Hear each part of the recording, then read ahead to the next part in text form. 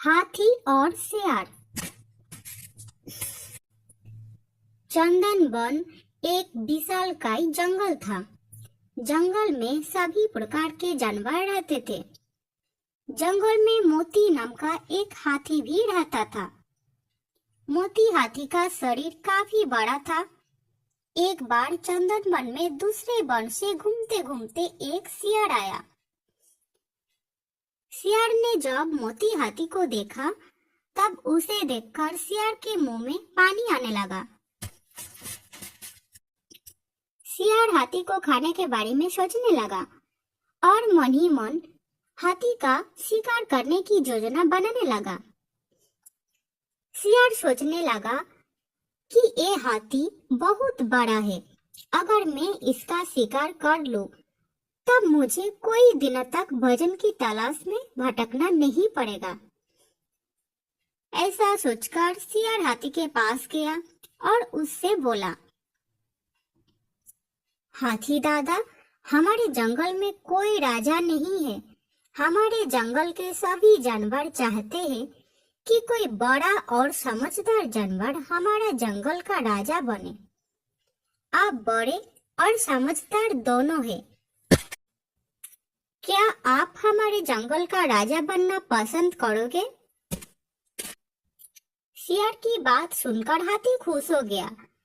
उसने राजा बनने के लिए हाँ बोल दिया। इस पर सियार ने हाथी को अपने साथ चलने के लिए बोला। हाथी राजा बनने की खुशी में झूमते हुए सियार के साथ जाने के लिए तैयार हो गया। सियार हाथी को ऐसे तालाब में ले गया जिस तालाब में दलदल था। हाथी राजा बनने की खुशी में इतना मस्त था कि वो बिना सोचे तालाब में नहाने उतर गया। जैसे ही हाथी दलदल वाले तालाब में उतरा, हाथी के पैर दलदल में धंसने लगे। उसने सियार से बोला, तुम मुझे कैसे तालाब में ले आए? मेरी मदद करो, मेरे पैर दलदल में धंस गए हैं।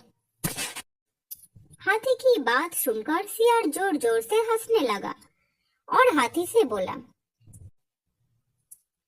मैं तुम्हारा शिकार करना चाहता था, इसलिए मैंने तुमसे राजा बनने की बात का झूठ बोली। अब तुम दलदल में फंसकर मर जाओगे और मैं तुमको अपना भोजन बनाऊंगा। सियार की बात सुनकर हाथी की आंखों में आंसू आने लगे। उसने बाहर निकालने की बहुत कोशिश की। बहुत बार सियार से बाहर निकालने की विनती की, लेकिन सियार ने उसकी कोई मदद नहीं की और हाथी कुछ देर के प्रयत्न के बाद मर गया। हाथी के मरने के बाद सियार हाथी को खाने के लालच में उसकी पीठ पर चढ़ गया। हाथी को खाने के लालच में सियार ये भूल गया कि वो भी हाथी के साथ दलदल में नीचे जाता जा रहा है और अंत में सियार भी हाथी के साथ धीरे धीरे दलदल में धंसकर मर गया। इस कहानी से हमें यही शिक्षा मिलती है कि जो दूसरों के लिए बुरा करता है, उसके साथ भी बुरा होता है। इसलिए हमें जीवन में कभी भी किसी के साथ बुरा नहीं करना चाहिए। अगर हम किसी के लिए बुरा करते हैं, तब हमें भी अपने साथ ऐसा होने के लिए तैयार रहना चाहिए, क्योंकि बुरे कर्म का फल हमेशा बुरा होता है। इसलिए किसी के साथ कभी बुरा न करें।